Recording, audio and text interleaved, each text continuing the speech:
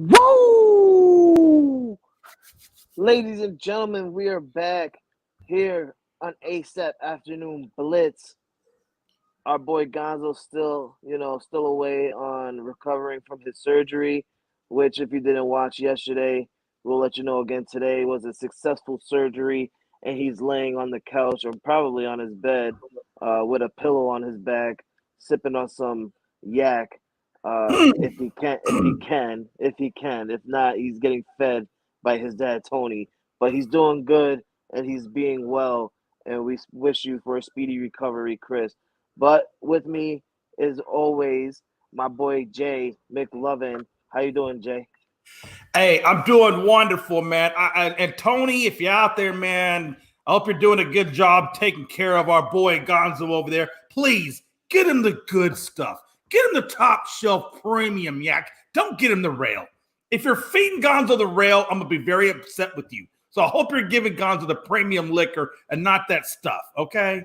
Other than that, man, with a time to be alive, Frankie, there are lots and lots and lots and just lots of crap going on all over sports, and we have a lot to talk about. By the way, man, I want to shout out Michigan State University, man. Our hearts and prayers are still with the families of those shootings, and man, we're with you all the way, man, and we just want to say that we are thinking about you. Yeah, really sad time right now, especially for Michigan State.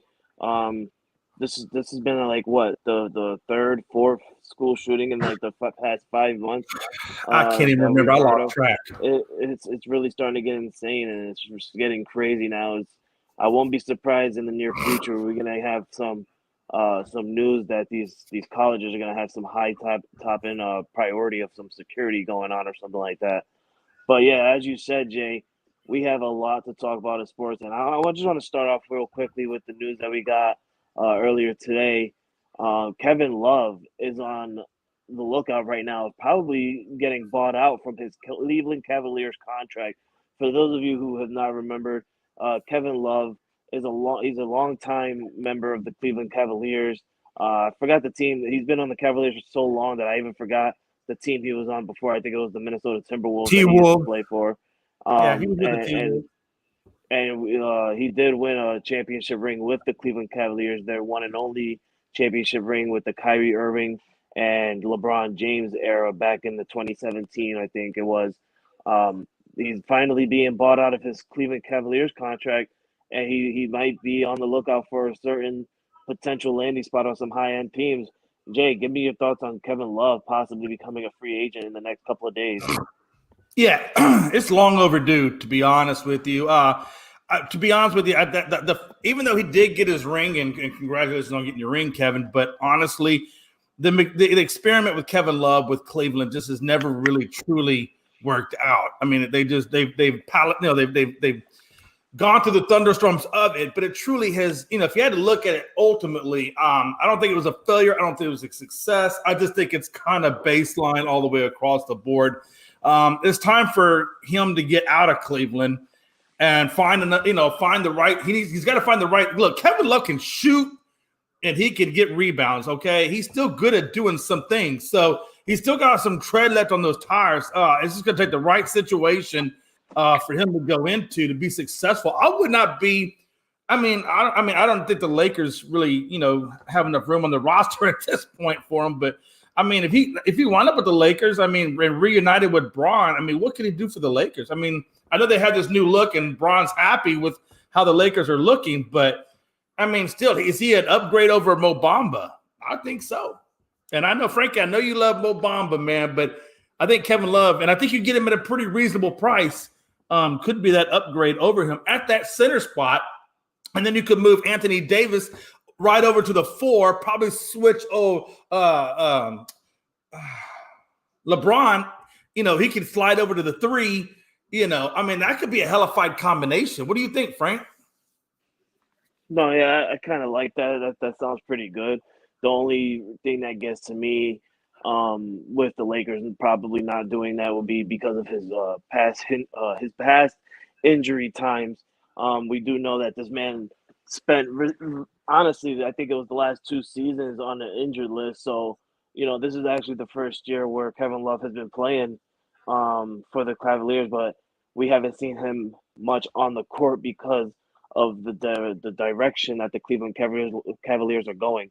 You know, they are a young core solid team, and I don't think that the Lakers will go that route because of the past history of his injuries.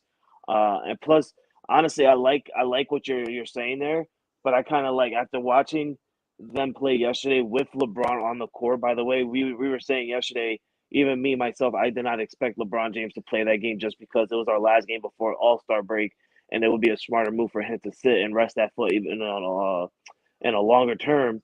But the man came and he played yesterday. And with LeBron James in there, Anthony Davis in there, with all the new acquisition players that we got from the trade deadline, these men looked great yesterday against the New Orleans Pelicans. I love the way they brought it out. Uh, Literally from the start of that game, Jay, we did not give the New Orleans Pelicans a chance to get at least one chance to get in the lead. We took over that game the entire time. The Pelicans, were down as much as 15 at the end of the first quarter to bringing it back to within five at halftime, coming back as low as being behind 2 points. But then the Lakers steamrolled their way past that and ended up getting a victory of about almost 20-point lead deficit Yeah, I at think it the was end like of the game. 120, 102, I think. I think it was an 18-point victory, which is Yeah, pretty nice.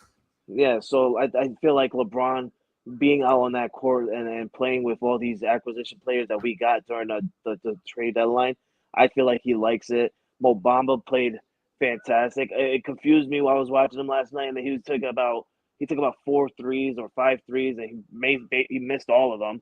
It was just confusing me. Like I understand that the man can hit threes, but when you miss your first three, and you think you're gonna try and go for that fourth one, just stop. Just stop. If you miss the first three, sir, you're clearly not in a hot seat right now for making threes. You should just be in the paint and guarding the paint, getting your rebounds, dunking and stuff like that. That's what Mo Bamba to me should be doing. I don't want to see a big man shooting threes unless you're Anthony Davis because he can shoot threes. Um, but man, I like the way this team look, and I don't think that the Lakers will go the route of Kevin Love just because of his past time on history, his past history time on the injured list. Yeah, and again, and another place I think Kevin Love could be good at would maybe even could you put him down there in New Orleans since they're out of Zion for a hot minute? Could he fill in at that center spot and slide left and right? I mean, I think wherever Kevin Love goes, ultimately, he's good. He's still a good 3-point shooter. Again, yeah, he is history prone. So that's why I think you get a good deal on him. I don't think he's going to require a whole lot of money to bring him in. But somebody's going to take a chance on Kevin Love. He's like I said, he's still got tread on the tires. He still is a valuable shooter and rebounder. So somebody's going to take a chance on him. Who? I don't know. But somebody's going to take a chance on that man. My question for you, Frankie, is this. Speaking of buyouts, Russell Westbrook is the other guy that's out there that's going to get a buyout from Utah. He just got permission from Utah to speak to the Clippers, and we all know that Paul George and Kawhi Leonard have been pushing hard for the Clippers organization to bring Westbrook over, but you also still have the Heat and the Bulls in the mix at some level. I think he goes to the Clippers. I think that's probably really the best destination for him. They're looking for a pure point guard, and Paul George has played with him before, so I think that kind of fits right in.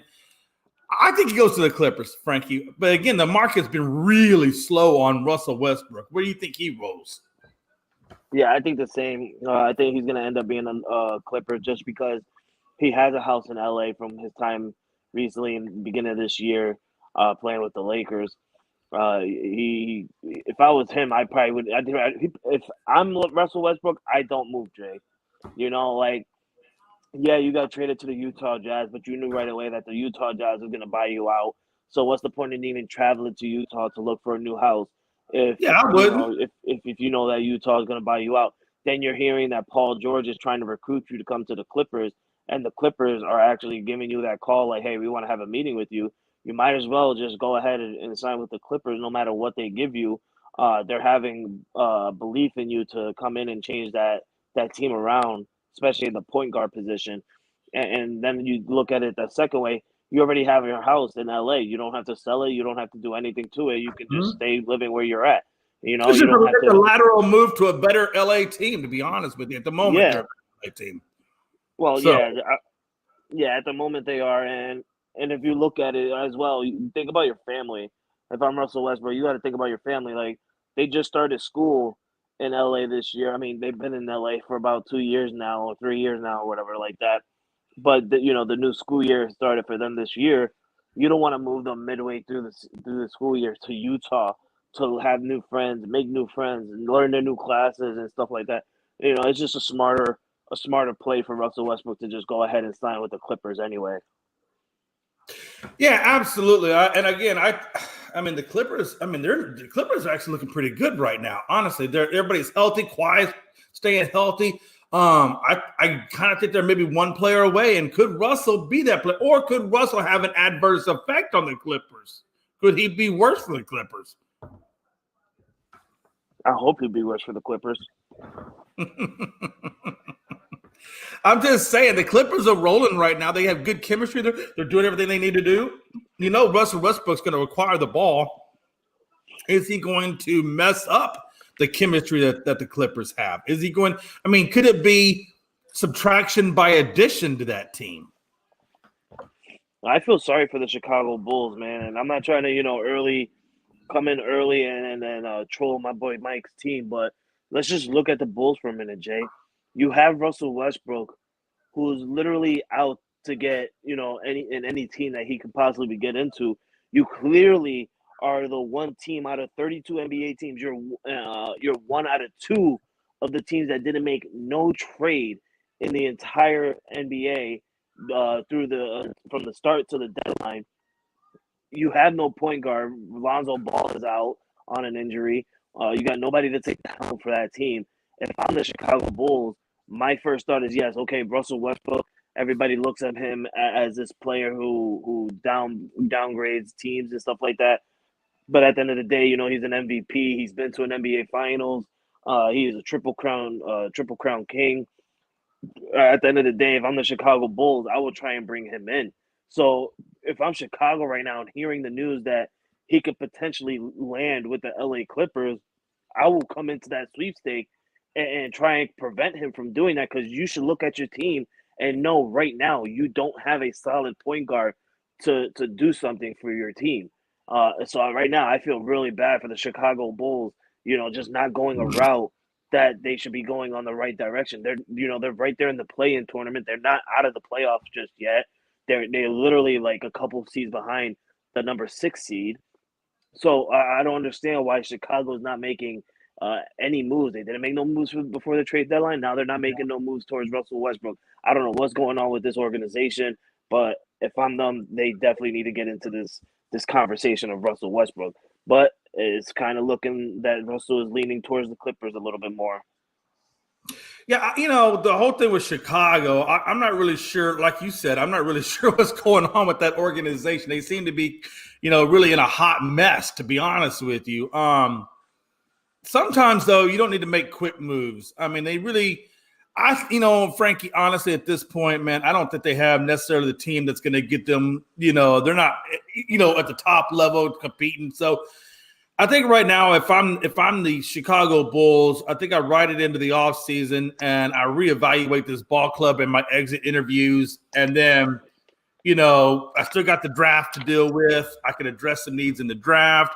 Maybe some free agency down the road. But I think for them right now is just to sit tight, work with what they have, and then, don't be too antsy to make moves, because sometimes just making moves isn't the right sense. You got to make sure that everything is going to be coexistently chemistry-wise, so you don't want to rush everything. So I think for them to take their time, do their due diligence, and then start with the draft, pick up what you need in the draft, start looking for maybe pieces that you can move. I think you keep on to DeRozan.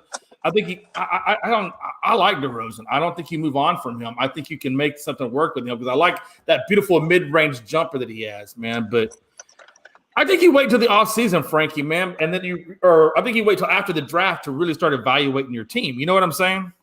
No, yeah, I totally agree with you. You're always evaluating, but making moves, I think I'll wait till the offseason and we just relook at things. Yeah, you might as well. I mean, because you don't want to get into the situation where you're in the play-ins and then you just lose your first game in the play-ins and now you're fully eliminated from even trying to get into the playoffs.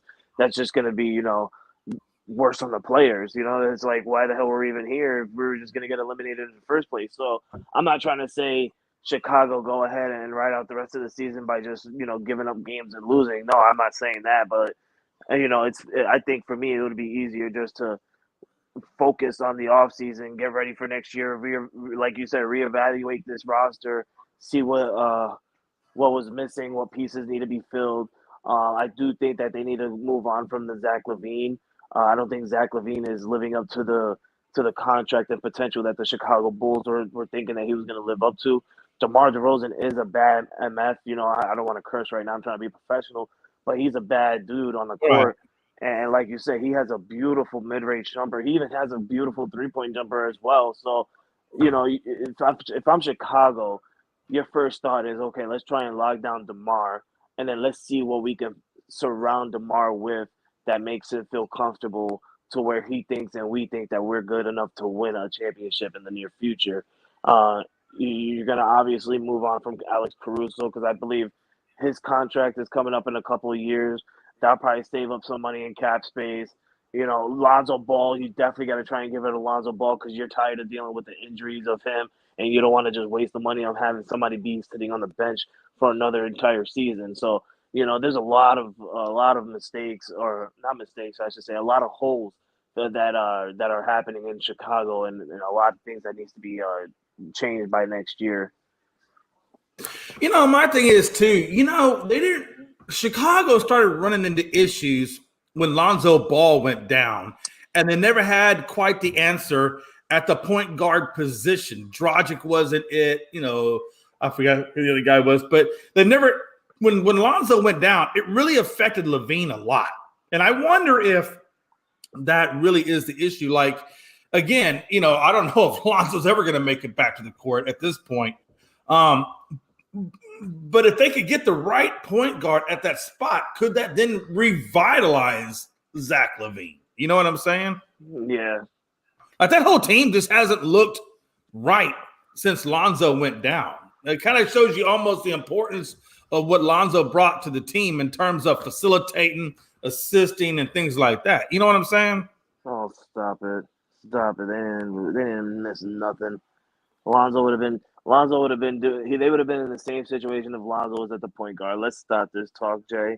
Really? But, I mean, when they had Lonzo there, they were looking pretty damn good. They were at the top of the damn division at that point in time. Oh my God, that was last year. No, I get it. What I'm saying though is when he went down, they slipped out of that spot and they haven't seen it since. Then you know what, Jay? That's the Chicago Bulls organization of not having that mentality of a next man up. Because every team should have that. You can say that too. I mean, I get that as well. Every team should have that mentality because let me tell you something. If you're a bench player, if you're a point guard that's riding the bench and you see the starting point guard go down, that is your opportunity to shine, to take over his job, and for you to take over leadership of that team in that position. So if Lonzo Ball is going down and I'm the backup and I'm sitting the bench, I'm being excited like, okay, I'm about to go in here. I'm going to show them what I'm worth. Maybe, I'll take over this starting position, and if I'm really even that good and stuff like that, maybe they'll even release him and they give me more money in a more years in a contract extension. Who knows? That's the mentality that the backup point guard needs to have. And if they don't have it, then that's too bad. They must have drafted somebody wrong or signed somebody different. Who cares? I'm not a Bulls fan, so ha ha. Another example, Jay, another example of the city of Chicago having their heads down in disappointment. Let me ask you a question, Frankie. Currently, Brooklyn is sitting in the number 5 spot. At one time they were in the number 2 spot until Irving went down, Durant then went down, and Irving wanted to trade, the Durant wanted to trade. So Brooklyn now is relegated by some role players. They really don't have a true star player at this point. They lost both their cornerstone pieces in Kyrie Irving and Kevin Durant, obviously. Let me ask you this: at what point do you think that Brooklyn can hang on to the playoffs, or do you think they slide out of the playoffs at some point? Number two, do you think it's in their best interest? I don't want to say tank, but is it in their best interest to not win, to try to get draft picks and things like that?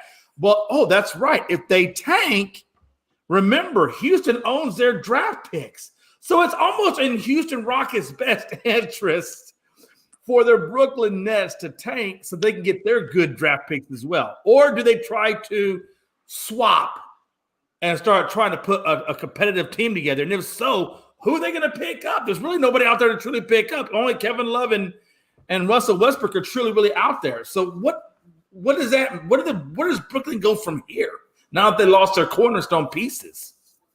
And what does it mean for Houston come draft day if they do bow out of the playoffs? Well, if we're going to speak about drafts, let's not forget that the Phoenix Suns gave them 4 first-round draft picks for Kevin Durant. So yeah, they lost their draft pick, giving it to Houston, but they also gained the draft pick back from Phoenix by giving away Kevin Durant. So it's kind of like a win-win there. Like, okay, well, damn, we were going into the draft year without a first round because Houston got it. But, they got it in their mindset again, like, okay, well, we just got it back from Kevin Durant. No matter how low it's going to be, we got a first-round draft pick. So that's good on their part. But them being a playoff team, I think they do make the playoffs. I really do think they make the playoffs just because, they're still kind of like they're still a good team. They're still winning, right? They're still winning games without Kevin Durant and Kyrie Irving. They've been winning these last couple of games. They beat the who was it? Yesterday. I was just looking at. They beat Miami yesterday, who was actually in the 7th seed right now. They're only 2 games behind Brooklyn at 32 and 27. So that's a plus right there on knocking them a little bit lower. They got to win over, I think, the Bulls the other night because I was laughing at Mike saying how can Chicago lose to this team that just literally got rid of Durant and Kyrie Irving, and yet you guys got Zach LaVine, DeMar DeRozan, and everybody on this court. It was insane to me. Malik Bridges had a fantastic game yesterday to where he looked like he wants to take the helm of being the superstar player for the Brooklyn Nets. So if Malik Bridges can keep playing at that level that he played at last night, I do think that this team makes the playoffs. So even without the play-in for them, I think they make the playoffs. But I do think that this team will be a first-round knockout in the playoffs if they make it. No doubt about it. And the only reason why I think they make the playoffs is because the East is weak, Jay. Me and you are both Western teams, Western Conference teams, so we know that the West literally has all the best. The East to me, the East to me is weak. The only teams that honestly the Brooklyn Nets will have to worry about is Boston, Milwaukee, and the 76ers, and also Cleveland. Don't look Cleveland. They're a young core team, but they play phenomenal this year. They're playing absolutely phenomenal. So, and that's exactly in the order. Those teams that I said in order are from first to fourth. You got Boston, Milwaukee, 76ers, and Cleveland. So if the playoffs started tomorrow, Brooklyn will have to go through Cleveland, and I don't think Brooklyn is strong enough to face this hot-handed team of Cleveland. I just think it's not doable for them. But other than that, I think from 5 to 10, all these other teams they're weak. They're just weak. So it's easier for Brooklyn to beat these lower seeded teams. They might not win against the high fours, but as long as they can beat the lower seed teams, then they're golden to make the playoffs. Let me ask you a question. I know you're a Lakers guy.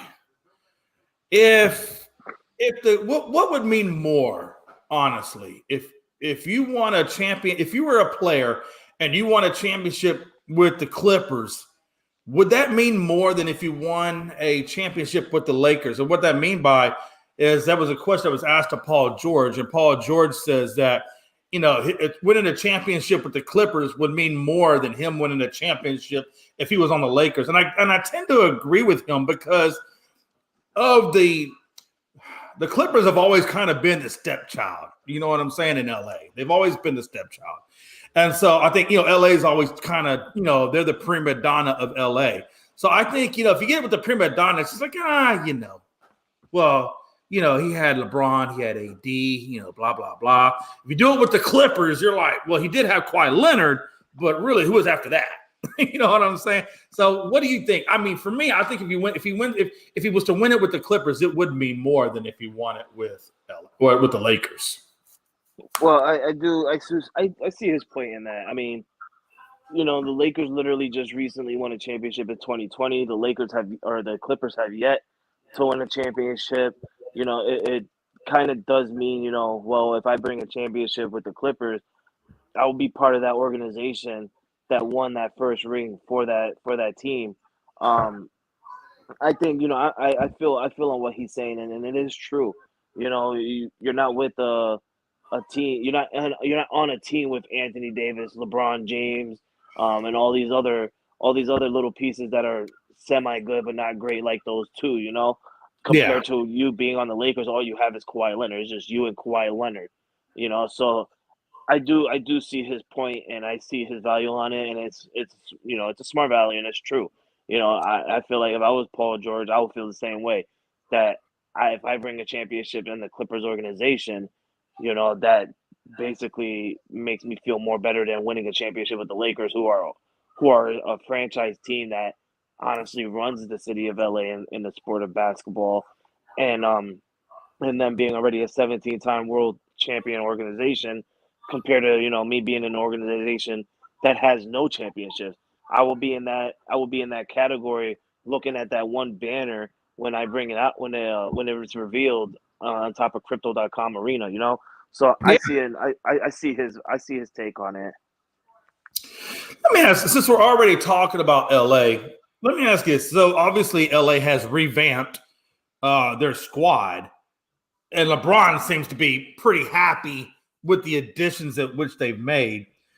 How far do you see now this Lakers team going? Because they're not too far out. They're 14 games behind Denver, but they're only 2 games behind OKC at the 10th spot. By the way, Utah has slid out.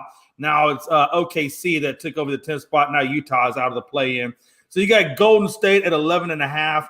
You got OKC at 12. And then you got the Lakers sitting at about 14. So they're 3.5 games back of Dallas at the number 7 spot. With this new revamped Lakers team, which obviously, like you said earlier in the telecast, that they beat the Pelicans. Now it's a Zion-less Pelicans, but regardless, they still beat the Pelicans 120-102, which is a pretty commanding lead. Where do you see this Lakers team now? Do you see them making just a play-in and making it good, but still exiting, or can they actually compete for the title? I mean, right now, honestly, the way it looks, I honestly, and I'm not trying to be biased or not like that. I think the Lakers can make the 6th seed, honestly, because everything is so close from the 6th seed all the way down to the Lakers being in the 13th spot. Everything is so close. We can literally win our next 3 or 4 games, and if those other ones will lose at least 3 compared to 4, they can win 1 or whatever. That puts the Lakers in a good spot in the 6th spot. I saw something today that the Lakers have to win 16 out of their 24 games in order to make the playoffs. That's just the playoffs. That's not the play-ins. That's the playoffs.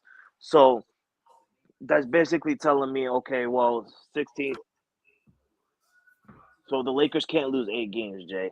The Lakers cannot go on if they go on an 8-game losing streak, that basically knocks out their chances of making it to the playoffs. But they have a stronger chance at making it in the play-in. But I think with this new team, the way they played yesterday, team-wise, chemistry-wise, passing the ball, shooting the ball, not just 3 points, but in the paint as well, this team can honestly reach for the 6th seed. Will they, are they championship team material or at least championship contender team? I don't think so, not just yet, just because, it's kind of like the East. I said a little while ago, the West is the best. And you gotta look at it. You got Joker at number 1, you got Ja at number 2, you got let me look at it. You got Sacramento, who was at number Sacramento's 3. 3. Yeah, Yeah. which is surprising. But And then the Sacramento Clippers, has I been, believe, are 4. And but yeah. Sacramento has been losing a couple of games. They're 5-5 in the last 10 games. They just lost their last game, but they're 5-5. So that tells me that Sacramento is losing more games than winning it. And if that continues to happen with Sacramento, that's going to drop them down. And Phoenix has been winning a couple of games as well. They're 7-3 in the last 10 games on a 2-game winning streak. So they're moving on up. So I do see the Lakers possibly getting into the sixth spot with Minnesota. You know, not looking really good the last couple of games. I think the Clippers are going to be in the fifth seed by the end of it. But looking at those top four, there's no way that the Lakers can beat anybody in the top four. I'm just saying that right now, and that's me being a Laker fan, diehard Laker fan. I know that the Lakers can't beat anybody in the top four, but as long as they make the playoffs, that makes me happy. Um, but as a playoff contending, championship contending team, Jay, no, I don't think that they're there just yet. Let me ask you a question. Let me throw since we're on the Laker tip for a minute. There's a few questions or a few scenarios I want to throw at you for a minute. As you know, you live or die by AD's health. They live or die by AD's health.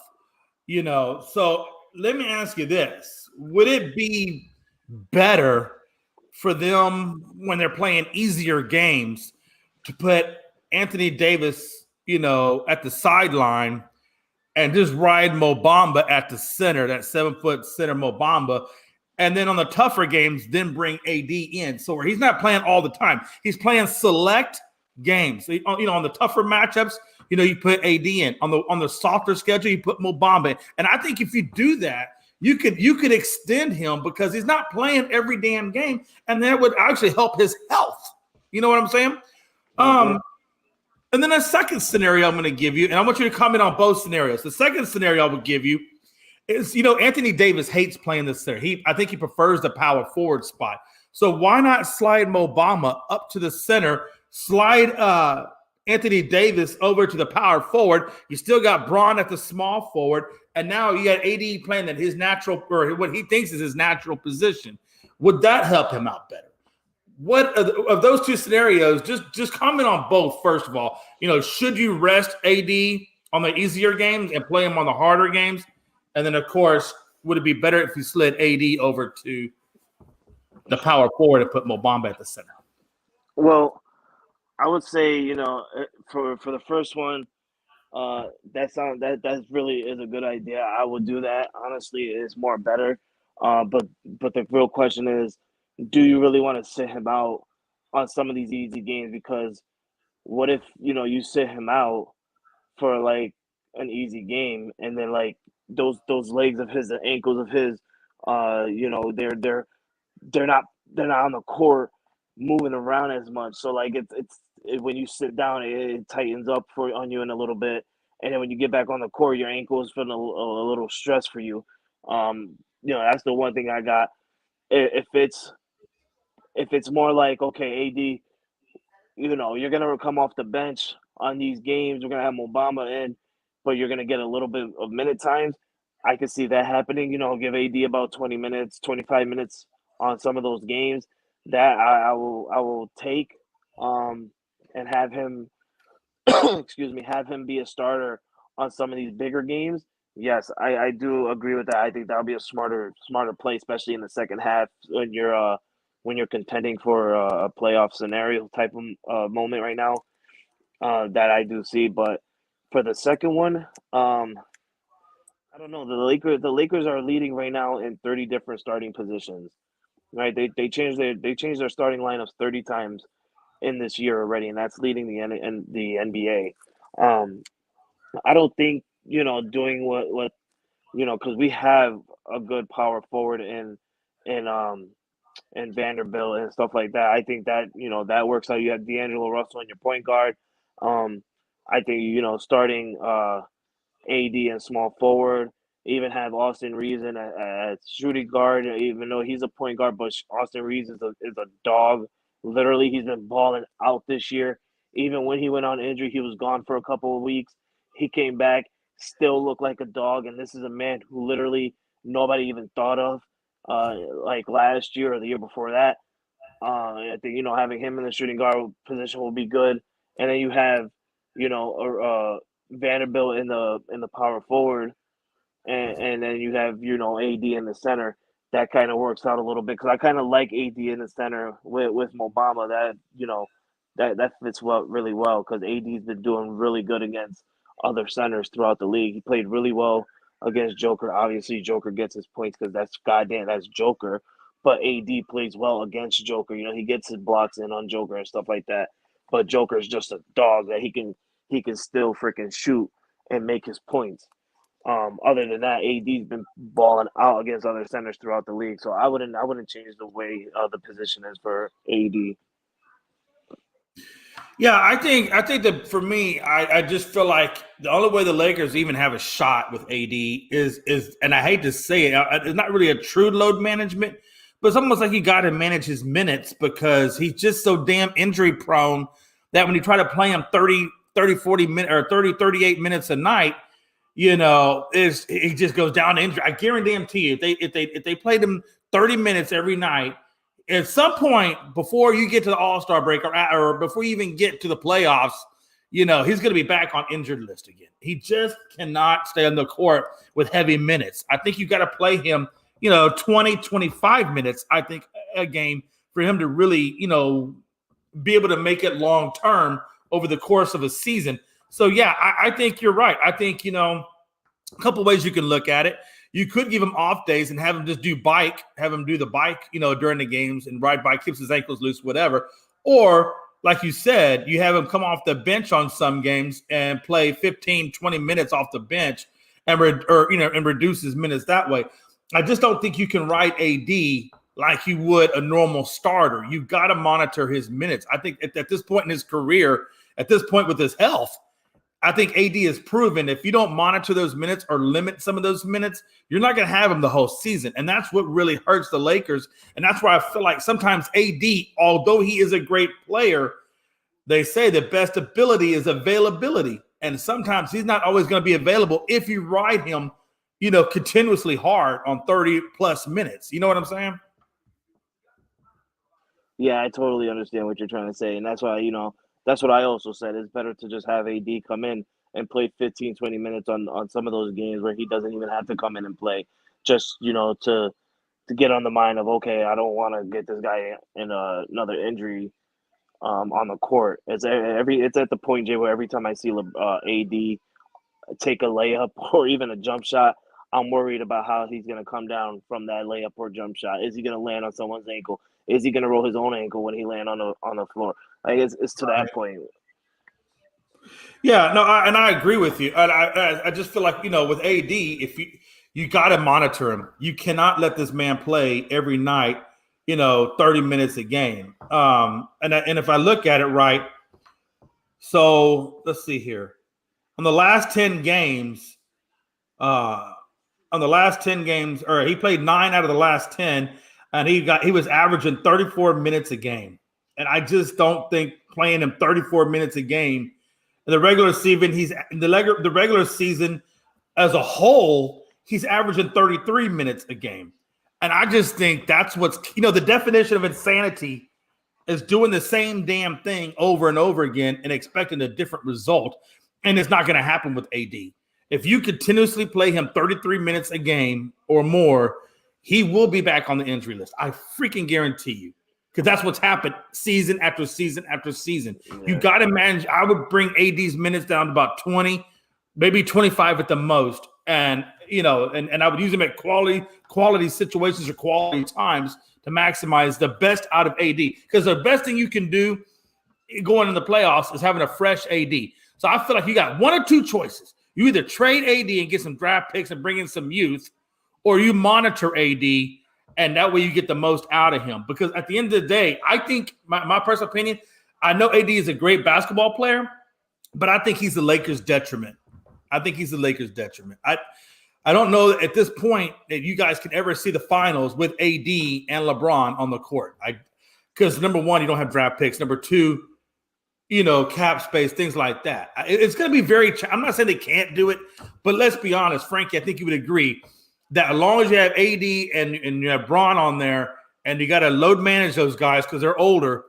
You know, maybe not so much LeBron because Bron's a freak in nature, but definitely with AD, you know, it's just going to be very challenging to get back to the NBA Finals with that lineup combination. Would you agree or disagree with that? I agree at some points. It's just if AD, it's just the health of AD. I think if the Lakers want to trade away AD, they're not going to get potential first round picks because teams are looking at the health of Anthony Davis. If they know that they're going to try and get Anthony Davis, and I know teams will want to get Anthony Davis. Anthony Davis can still ball out when he's on the court, but it's just his health. And I think that teams are going to look at that, and if they want to try and sign or trade away for Anthony Davis, I think the most we'll get out of it is probably like 4 or 5 second round draft picks. Honestly, I don't see maybe one first round draft pick out of those, but I don't see Anthony Davis being like a Kevin Durant getting four first round draft picks or anything like that. I will see one first round draft pick and the rest being second rounders. That's all I see on the value of Anthony Davis. But if Anthony Davis can stop getting hurt and being such an injury prone person and just coming back and be 100% healthy and you know stop rolling his ankle or stop having hurt knees or anything like that, then yeah, I think the Lakers can honestly go back to the finals and hopefully potentially win an NBA championship because we did it before in 2020 when both LeBron and AD were healthy. We've seen how that Laker team ended up. Like the defense was phenomenal. You know, Anthony Davis was phenomenal. LeBron James was outstanding, but that's just that's LeBron James. But that's 2020, and this is 2023. And like you said, the older you get into this league, the more injuries you get. It catches up to you, and the value of your worth it starts going down. So Frankie, I don't mean to cut you off, but I got to tell you something real quick. I shared this in the group chat. My boy Joe, man, he was at a gala the other night. They were honoring him because he's a judge, and so they were honoring he does a lot of philanthropy in Houston and things like that. So they were kind of giving like a little awards celebration for him. The city was, and at that award celebration was the mayor of Houston and also Dusty Baker. I showed that picture he had with Dusty Baker, and you know what? They were having $150 steaks, brother. Would you believe that or not? It was crazy. I mean, it was crazy. Oh, hey, Evan, man, nice to see you in the show, buddy. How's it going, man? We were just talking about Joe and those $150 steaks with the mayor of Houston. I showed the picture to Frankie. It was quite amazing. But hey, it's good to see you, Evan, man. I'm gonna show my face for a second. I can't believe you, Jay. Oh my God. Yeah. What a time to be alive. Did he was he able to go and secure some golfing rounds with the mayor? That's all I asked. I don't, Joe does play golf. I don't think they were playing golf. Speaking of which, though, his daughter plays golf for Texas A&M, and I think she's going to make the LPGA, man. She's really playing quite well over there at A&M. So I wouldn't be surprised that, at some point, man, like her old man, that she makes it to the pro level and does some amazing things, man. But yeah, man, listen, if you guys want a good steak in Houston, go to B&B Butchers. They really do have $150 dry aged steaks, and they are pretty damn. I hadn't had the $150 steak. I can't afford that. Even with my coupons, I got the $45 steak, but that $45 steak was still pretty damn good. I ain't gonna lie to you. Listen, I'm gonna be real with you. If you're buying $150 steaks, for one, that's gonna be one small ass fucking steak. 2, that's gonna be one dry ass steak. and three, you're just dumb as hell to buy $150 steak when you can just go to a butcher and get a good freaking steak, nice ass cut steak for about $25, $30, saving up some money. But knowing Jay, you got coupons. Hey, I always say, man, look, your food bill should match your income. I'm just saying, your food bill should match your income. If you're getting $150 steaks and you're only making $40,000 a year, you may want to reevaluate. But anywho, as we move on, he said Anthony Price had a question. He said, Frankie, if AD gets injured, I don't know what worse this season. Do you trade him or keep him if he gets injured this year? I think is what he's basically trying to say. Do you trade him or keep him if he gets injured again? Well, if he gets injured, obviously we're gonna have to keep him. For one, we can't trade him. The trade deadline already happened, so we can't trade him. But if that was to happen and the trade deadline didn't start or whatever, or didn't end it, I'm sorry. You're gonna have to keep him, right? I mean, no team is gonna want to trade for Anthony Davis injured. I mean, I understand that the Phoenix Suns traded for Kevin Durant, who's injured, but he's coming back. Like it's not like he's out for the year. To compare to the AAD, you're saying if he gets injured worse this season, that's basically putting him in my mindset that, well, if AD gets injured worse, he's probably going to be out for the entire season because there's only about 24 games left in the season for the Lakers. So that I don't think a team will want to take a chance on Anthony Davis, especially in the injured list. Compared to Phoenix, to where they traded for Kevin Durant, but they traded for him while being injured at a really good time, to where Kevin Durant's going to come back within the next couple of weeks, probably after the All-Star break, honestly. Damn. I don't know who he's talking to, but damn, he said that's because you can't afford a $150 steak, my guy. Oh, no, we can afford it. No, we can afford it. We're just not dumb enough to do that. Listen. We got more important things to get with $150, right, Jay? Jay, I'm pretty sure you can get a lot of things with $150. You don't want to spend no super steak. That's just retarded. Well, let me go ahead and go to a restaurant and spend $150 for one goddamn steak. Hey, hold on.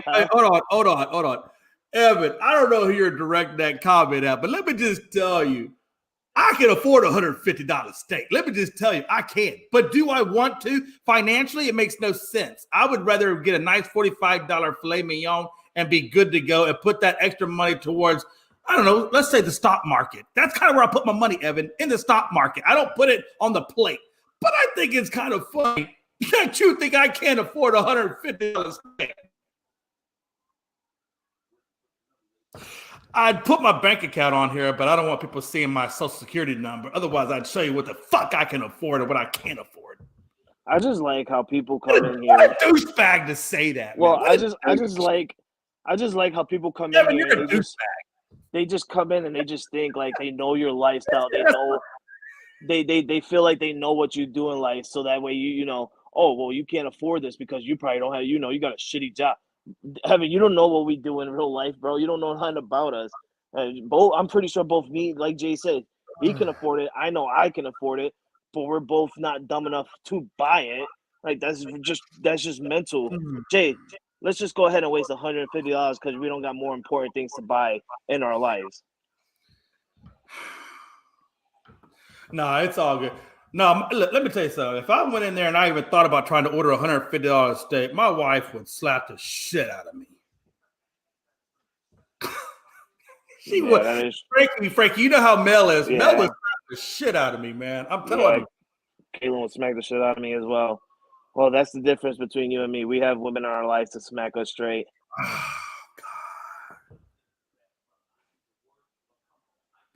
God. We'll move on.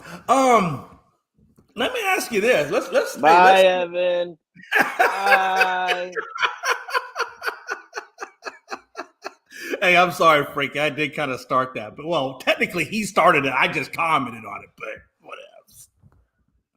That comes out of Evan's mouth, I don't care. It's pointless to me. Oh, man. Hey, you know what they say, Frankie? Truth be known, if you can afford a $150 steak, you don't talk about a $150 steak.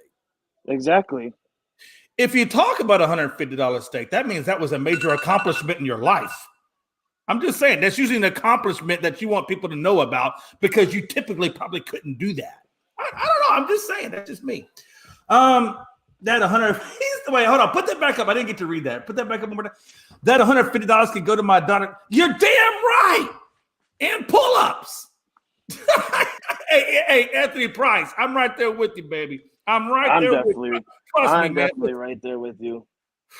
I don't even know if Evan has kids. Maybe he has kids. Maybe he doesn't. I don't know.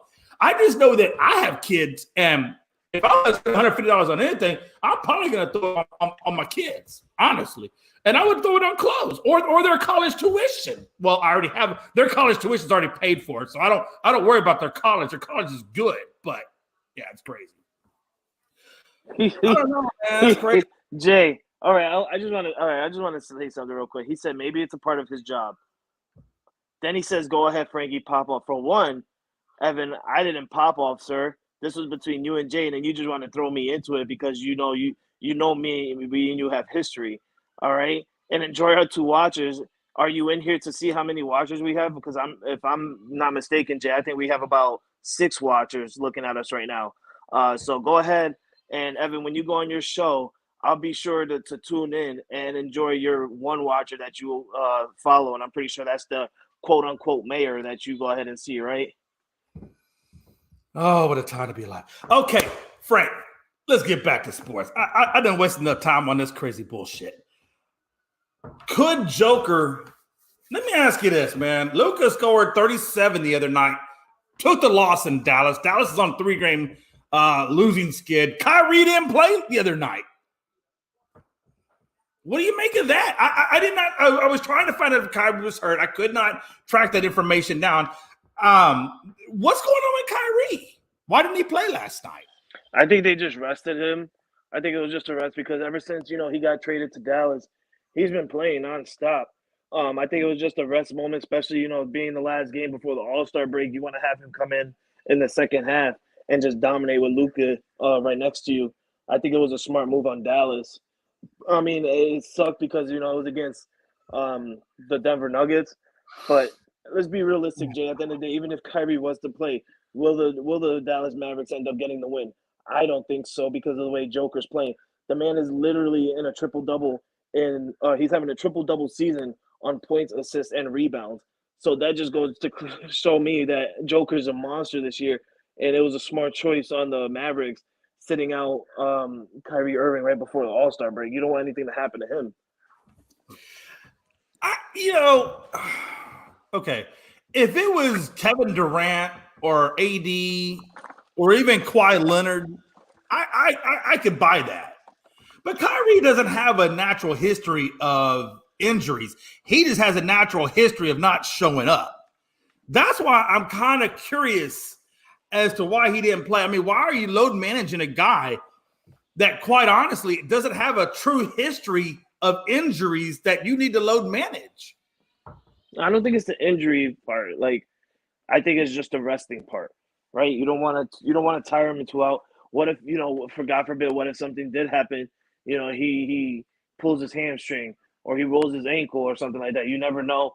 It can happen to anyone. But I think just to be on the safe part for the Mavericks, just sit him down, rest him before the All-Star break, have a good amount of rest, a good amount of days off for a rest, and then come in next week after the All-Star break and just dominate with Luka, because we all know that once the second half of the season starts for basketball, that's where real basketball tends to be turned on at. Back. According to the injuries on the Dallas Mavericks Facebook page, or not Facebook, ESPN page, it says Irving's back, will not play in Wednesday's matchup with the Nuggets. So they got him listed, quote unquote, as day to day. Let me ask you this, Frankie: is it really his back, or is it like you said that they're just wanting to give him a break and using that as an excuse? Do you really think they have issues? I mean, it can be. I think it's probably not like a back injury. It's probably like more of a back soreness, right? Like his back, he probably tweaked it some wrong way, playing too hard when he came into Dallas because he wanted to show out for a little bit.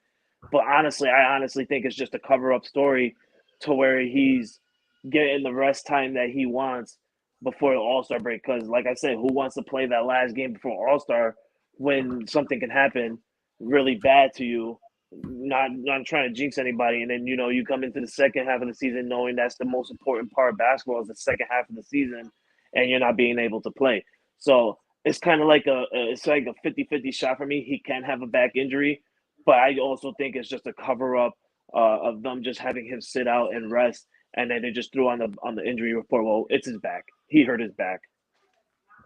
Let me ask you this. So like I was telling you a minute ago, Dallas is on a 3-game losing streak right now. The issue that Irving had when he demanded a trade wasn't when the Nets were winning. It's when they started losing. How long do you think before Kyrie gets on that train with Dallas? Or do you think he gets on that train with Dallas? Because remember, next year he's a free agent.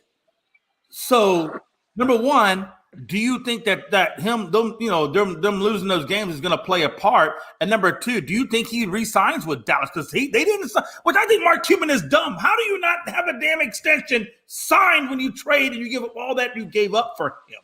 But Frankie, what do you think? I think he gets re-signed. Honestly, I think he gets re-signed maybe to a 2-year deal at the end of this season, with the Dallas Mavericks. But for right now, those games they mean something. Yes, they're on a 4-game losing streak, but they're also meaningless to them as well because it's not affecting them in the playoff category. I mean, they're still in the playoff conversation. They know that they could turn it around. Luka knows what he needs to do in the second part of the season. Kyrie Irving knows what he needs to do. These are two people who's been in the final or who's been in the playoffs many times. You got Kyrie Irving, who's a former NBA champion. He knows what he needs to do. So I feel like those 4 games are meaningless to them because I always say second half of the season is where it matters the most, and both of these men do know when it's time to turn on the gear, and that's right after the All-Star break. Let me ask you this: so we come out of the All-Star break, and then we get back on track. I think Dallas is sitting right around the number 5 seed at this point. He said Kyrie going to Phoenix with AD.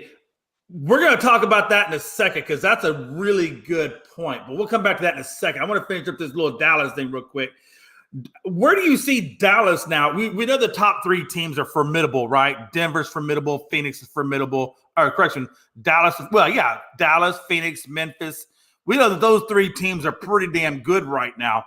Where do you see Dallas in that? Is Dallas the odd guy looking out, or can Dallas make waves going into playoffs? Like going deep into the playoffs? Yeah. I think they can. I think they honestly can. This is a team that went to the Western Conference Finals last year and got eliminated by the Golden State Warriors. So why can't they make it to the Western Conference Finals again? Like I said, Luka Doncic, he knows what he needs to do. And they got a good acquisition in Kyrie Irving. The real question though is who's taking over the center position for Dallas? Can or even the other 3, point guard, power forward, small forward, and center, who's taking up the helm in those positions. But I honestly do think that the Dallas Mavericks can make a deep run into the playoffs. They beat the Phoenix Suns last year. That's a confident booster. But this is a different Phoenix Suns that you're going to have to, face in case, and if you face them in the playoffs, because we never know if they're going to face each other. Depending on who gets eliminated first or depending on the seeding charts or anything like that. But, you've beaten the Phoenix Suns. Your one true test will be the Golden State Warriors. And that's if they make it. They're not even in the playoff picture. They're in the play-in conversation right now and not even in the playoff picture. So if I'm Dallas, I'm having a lot of momentum on my shoulders going into the playoffs right now, knowing that I can make a deep run from these teams that we've previously beaten before. I think right now, the way it looks in the playoffs, their toughest competition will be Denver and Memphis. That's the one thing I think Dallas will have a problem with is Denver and Memphis. Yeah, well, that's true. I definitely agree with you on there. Here's the issue I have with Dallas. I'm going to use this game as an example. The Minnesota game, which is the game right before the Nuggets, which would have been the second game that in that 3 in a row they lost that they played. They lost 124-121. And when I look at the possessions that Dallas had, primarily 25 out of 43 was between Luka and Irving, or Luka and Kyrie. You have Christian Wood at 7 of 12 at number 3 behind that. And everybody else is 1 of 3, 2 of 6, 1 of 2, 2-2, 2-5. I mean, small number sizes, right? You only got 3 guys pretty much primarily handling the ball. Is that going to be a problem, when you got to go up against other teams that are a little bit more well-rounded? I mean, yeah, Bullock Bullock went 2 of 5. And, you got, like I said, Pinson went 2 of 6 and so forth. But they're very small, minuscule numbers. You got pretty much the Dallas Mavericks team relying on 3 guys to get them the win. Is that going to be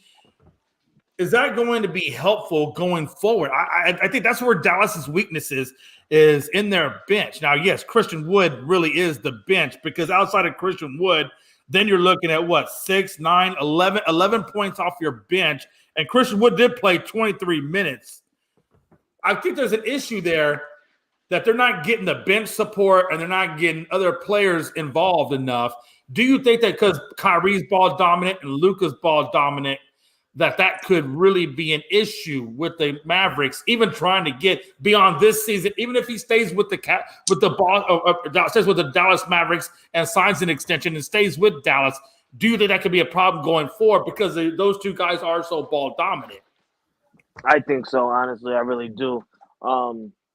Because let's be realistic, every time there's somebody taking a shot for Dallas, it's either Luka or Kyrie now. Nobody else is getting any time with the ball in their hand, and if they are, they quickly have to pass it right back to one of those players to secure a shot. So I think that's going to take a big toll on Dallas coming playoff time. You can't have 3 people total in this lineup trying to secure a win for you. Everybody has to step up. Just like last year for the Dallas Mavericks, nobody stepped up for Luka until one of those games actually mattered. And you can't have that this year. You have to go in there with everybody having that same mindset of winning games to try and get yourself to a championship game. You can't force Luka Doncic to do everything for you like you did last year. Yes, you gave him some help with Kyrie, but that's not giving him full power of winning championship games, especially for this organization. It's not a 2-man show in basketball. It's a 5-man show. That's why there's 5 people on the court. So everybody has to step up. Let's look at the 2011 Mavericks. Okay, Dirk Nowitzki. We already knew what Dirk Nowitzki was going to bring to the table, but he had the great amount of pieces around him. He had Chandler. He had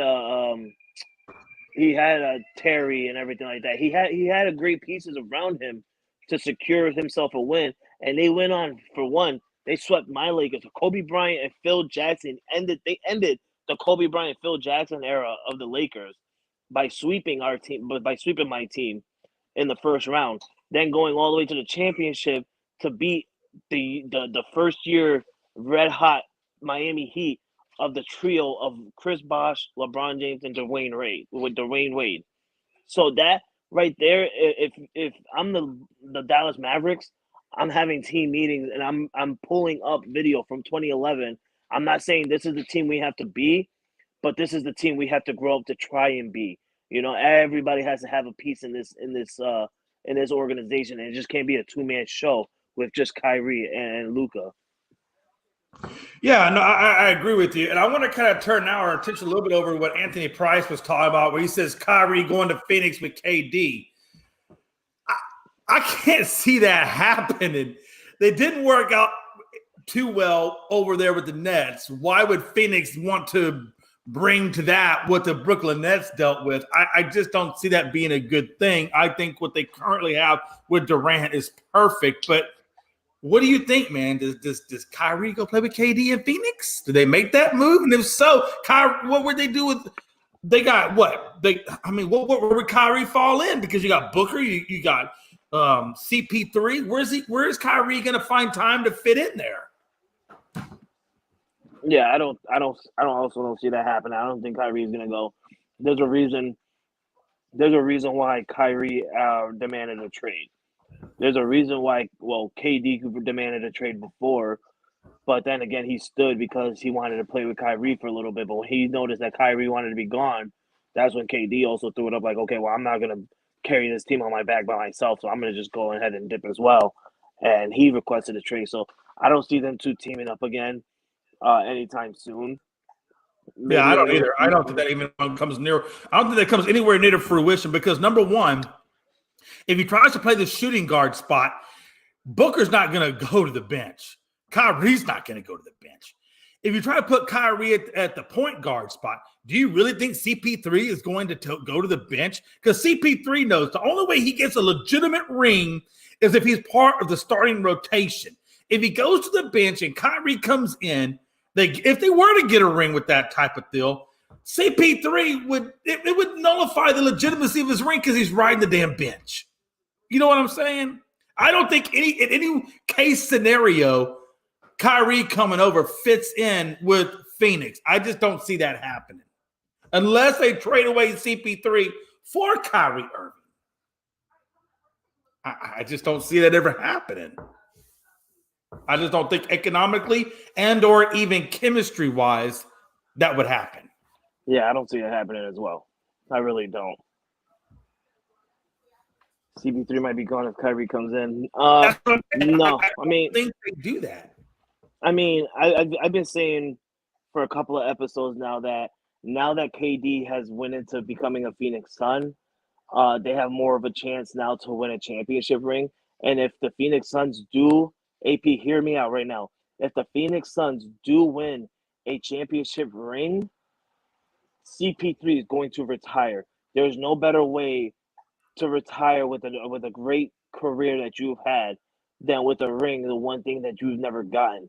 That would be the one thing that I think CP3 is going to do is retire when he wins his ring. Now, if he don't win his ring, I do think he returns to Phoenix and he'll have about, I think, Jay, if he doesn't win a ring, I think CP3 has about 3, maybe 4 years left in his career of playing basketball.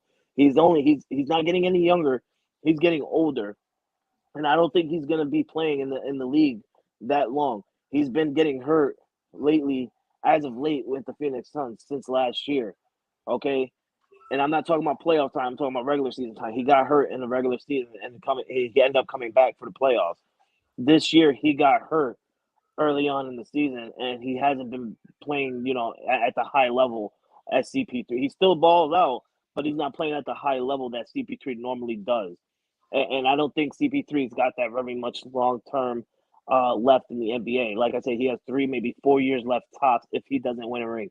If he do win a ring this year, next year, CP3 will retire and go out into the sun with a ring in his fingers, let that shine, because there's no better way to retire than with a ring on your finger and knowing that you set so much milestones for yourself in the stats category.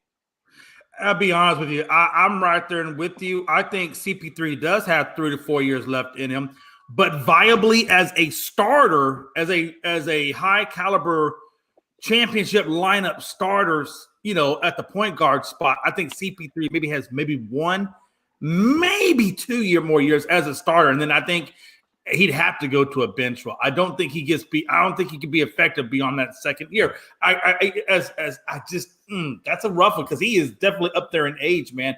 And I just don't see that happening. I think CP3 has to get a championship either this year or next before I think he has to start, before the Phoenix will start looking at it as, yo, bro, you're a little older. We need to, revitalize that point guard spot. We'll relegate you to the bench. And I think at that point, I think CP3 would say either cut me, buy me out, let me catch on with somebody else, or I think he flat out retires.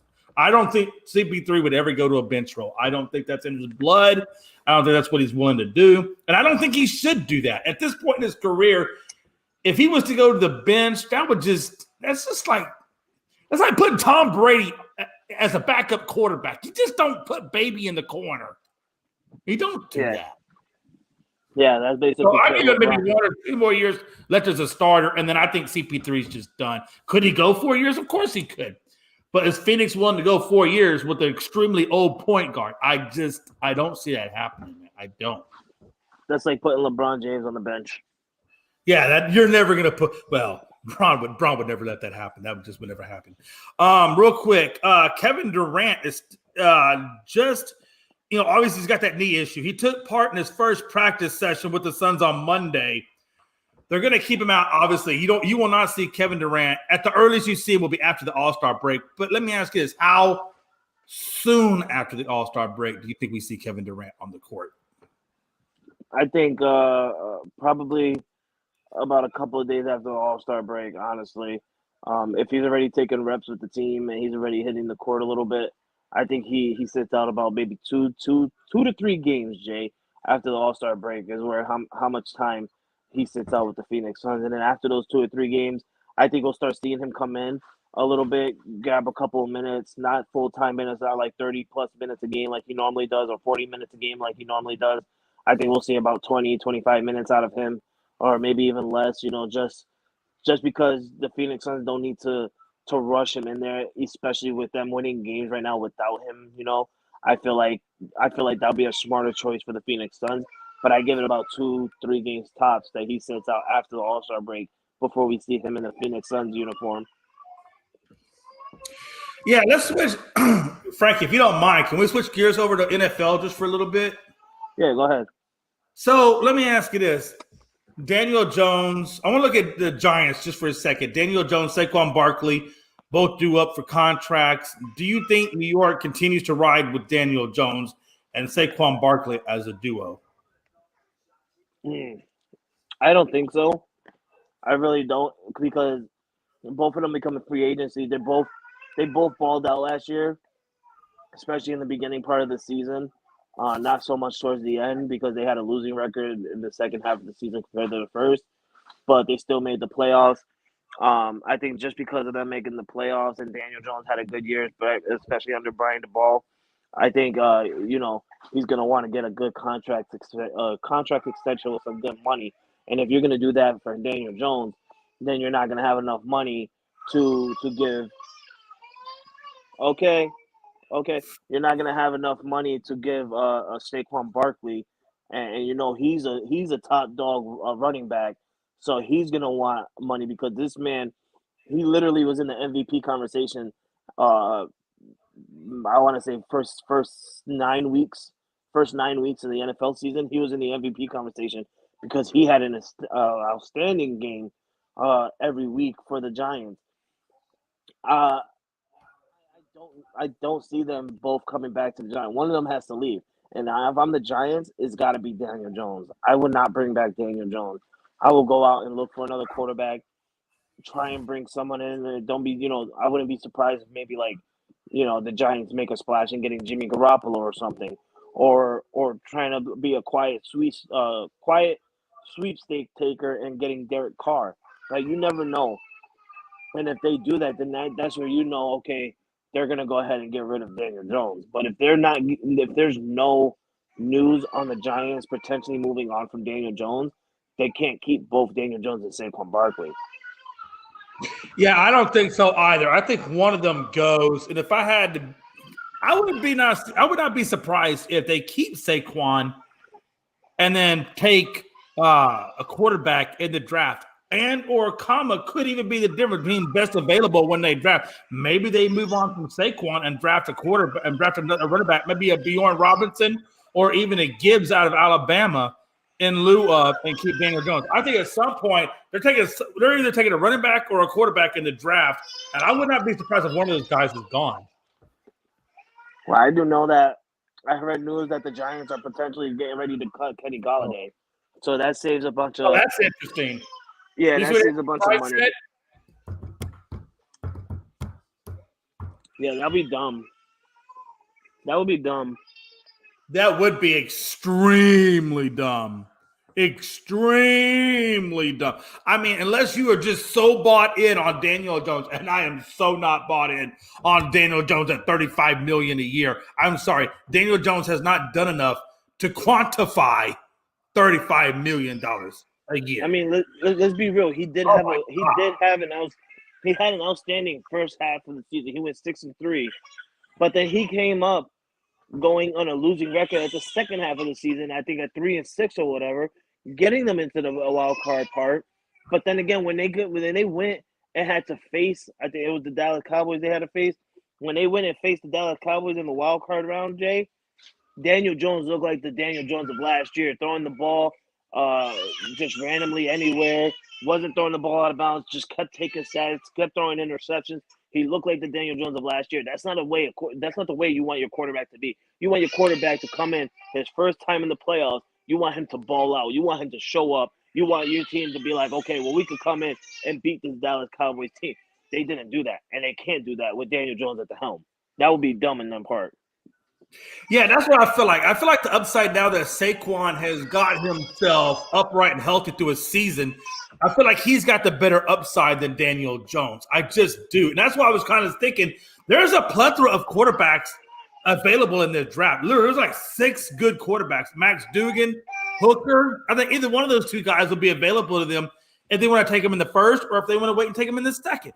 And I think that would be a much better move for them. And then use Saquon, and then they don't have to pay that $35 million. They save money and take one of those guys. I think that moves. And Dable's proven that he can develop quarterbacks. So why not take a chance on a Hendon Hooker or a Max Duggan and pair him up with Saquon?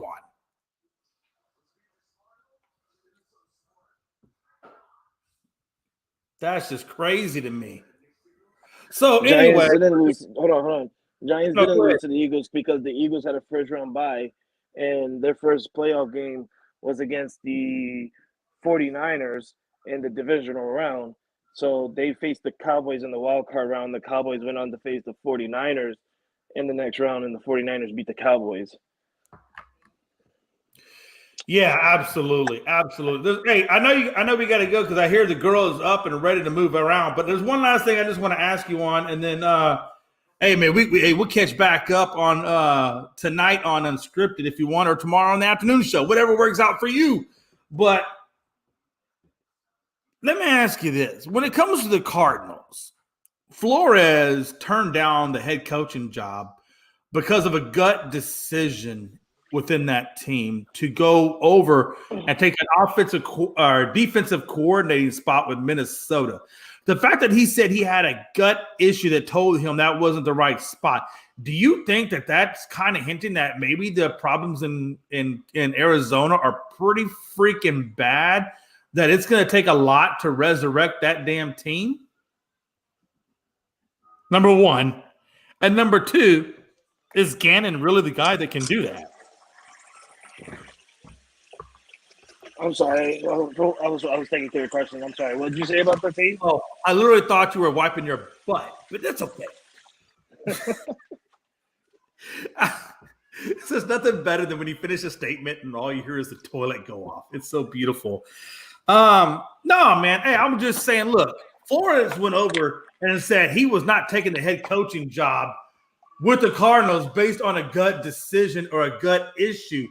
So my thought process is, if he bypassed the Arizona Cardinals because he didn't think that was a good place to go as a head coach, and he was willing to take a lesser position as a defensive coordinator with the Minnesota Vikings, does that kind of signify that Arizona basically is in trouble? Like they are in a mountain of doo-doo?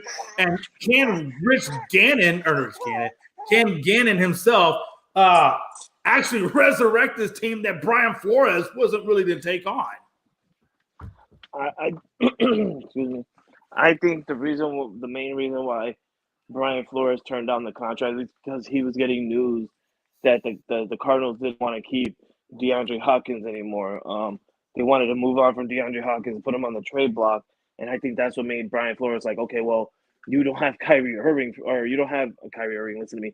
You don't have Kyler Murray for this year because he's out with his leg, and now you're telling me that you're planning on moving on from DeAndre Hopkins. Well, then what the hell are you giving me to work with? You're basically setting me up for failure already. So he didn't want to deal with that. Shall I say, bullshit. Well, that's what I'm saying. So do you think that in his mind he's saying, look, management clearly does not have a good feeling for building a team. This would definitely be a bad spot for the coach. So when other head coaches have a problem trying to develop a team, when maybe the general manager and the owner of the Cardinals, they're not seeing the right eye to eye. Basically, it's a jacked up situation to take over as a head coach because management just doesn't have their priorities straight. Yeah, basically. And I think that this new hire for the Carolina Panthers, oh my God, this new hire for the Arizona Cardinals, I think it's just he's gonna stick it out for 1 year, knowing that he's gonna have a shitty year. But he knows that by the next year he's gonna have Kyler Murray come back. If they have a shitty year, hopefully they can have a top 5 draft pick next year. I mean, whoever took this head coaching job from Arizona should already have the mindset of knowing that you're not gonna have a winning season this year. So I mean, he must have taken it knowing that he's not gonna have a winning season this year, and knowing that, okay, well, we're gonna have to deal with what we got to deal with in the near future, right? I mean, the man he signed a 5-year contract, so Yeah, that's crazy to me. Eric Bieniemy signs. You know what? Hey, I hope he signs with you guys too, just for the fact I feel like Eric Bieniemy's gotten a bad rap under Andy Reid. I think a lot of people think that Andy Reid is the guy calling the shots on offense and not Eric Bieniemy. So I think if he was to take your job over there in Washington, if he could build Washington's offense to anywhere the comparable level of where Kansas City's offense is, then it's going to show that Eric Bieniemy, really, was the guy. And I think that's going to be the best shot for him to get a head coaching job, is to get out from underneath Andy Reid and go do it independently somewhere else. Would you agree with that, Frankie? yeah, I agree with it as well. But my main concern is who's he going to work with in Washington? Who's going to be the quarterback? Is it going to be Carson Wentz? Is it going to be Tyler Heineke? One. Hey, Frankie, I think they draft a quarterback. And I'll talk more about that unscripted tonight, because we're actually going to talk about where the top 6 quarterbacks go in the draft, or what we think they go in the draft. So I'm just saying, I think Washington drafts a quarterback in this draft. I would not be surprised. And I'll tell you who I think they draft here in a little bit tonight on the show. Oh, that's real interesting. That is real interesting. All right, so since we're to the end of our show, I got my kids I got to go take care of. Yep. Jay, you have any final thoughts? Hey, my final thoughts are, like I said, tonight on Unscripted, 7 p.m. Eastern. Make sure you tune in. We're going to talk MJ's 60th birthday, Patrick Beverley's buyout, the wind-up about Luis Garcia and why it's going to be considered a balk now if he continues to use it. Rex Ryan, Alabama losing to Tennessee. We're going to talk all that stuff and more about Westbrook, Brooklyn, prospects of quarterbacks and where we think they go. Cardinals, head coaches, where they got right, where they got wrong. I mean, there's going to be a whole slew of stuff we're talking tonight on Unscripted. So please make sure you tune in 7 p.m. Eastern tonight, and also catch us on Twitter at Unscripted Guys, all one word, and on TikTok, Unscripted Sports, all one word. We do a really good job keeping you guys up to date on the latest. I should say Frankie does a really good job. Logan does a really good job for us, and we appreciate and love them. And 7 p.m. Let's go, baby. It won't be a high pick, late round, 4th or 5th for a quarterback. That'll be dumb. But, yeah, that's what Washington does. Anyway, my final thoughts is, baseball, man, great day yesterday for pitchers and catchers. I hope everybody was able to get the news on their teams. Got about a couple more days left before we get the first game of preseason underway for spring training and everything like that. So baseball's here. Don't forget this Saturday, you can catch us live on Unscripted and also Gonzo Sports Room, where we will be doing a watch along for WWE's pay-per-view on Elimination Chamber, which is live in Montreal. Hopefully our boy Chris Gons is going to be back for that one. We know he's recovering. We miss you, Chris. We hope for a speedy recovery. As always, when one of us is down, we're all down, but we're not fully down because we lift each other up every other time. So we hope that you come back on Saturday ready to go.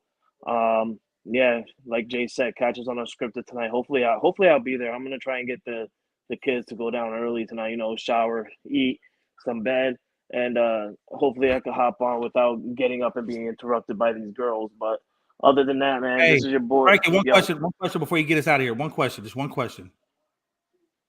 You're a Yankees fan. I'm an Astros fan. As Big Boppy said, who's your daddy? Now you can get us out.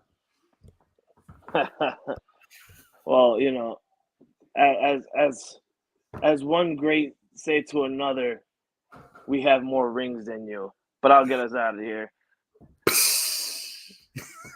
Everybody, you have a great day. Catch us tomorrow on our last episode of the week for Afternoon Blitz. Hopefully Chris comes back tomorrow. We're not fully 100% sure, but we do know 100% that this motherfucker is going to be here for Saturday. We're going to have a great time on this watch along. Please tune in on tonight's episode on Unscripted and tune in this Saturday for an episode of the Elimination Chamber. Also, Jay, I forgot, not only Elimination Chamber this Saturday, XFL starts this weekend as well. So football is not completely done, everybody. If you are a fan of XFL, USFL, anything like that, we are starting that Roughnecks. We are starting that off again this year with XFL this year and the USFL. So we got a lot of sports to talk about within the next couple of months. Baseball, hockey, football, XFL, USFL, all of these, man. It's going to be crazy. But this Saturday, what I'm mainly focused on is Elimination Chamber, baby, and getting ready for WrestleMania. So everybody have a good night, or a good day, shall I say, because it's early. Enjoy your day, then enjoy your night, and we'll catch you guys tomorrow at 1 p.m. Eastern Time for another episode of ASAP Afternoon Blitz.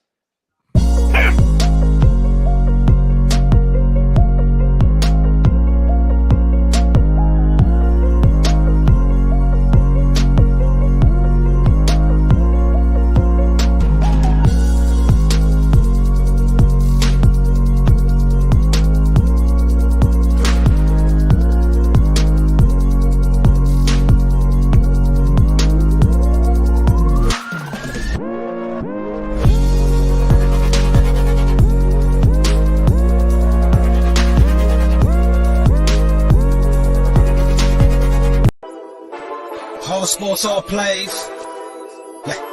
All sports, all plays.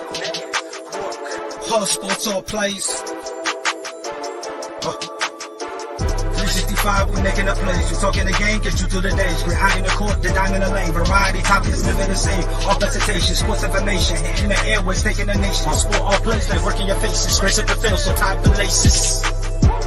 All sports, all plays.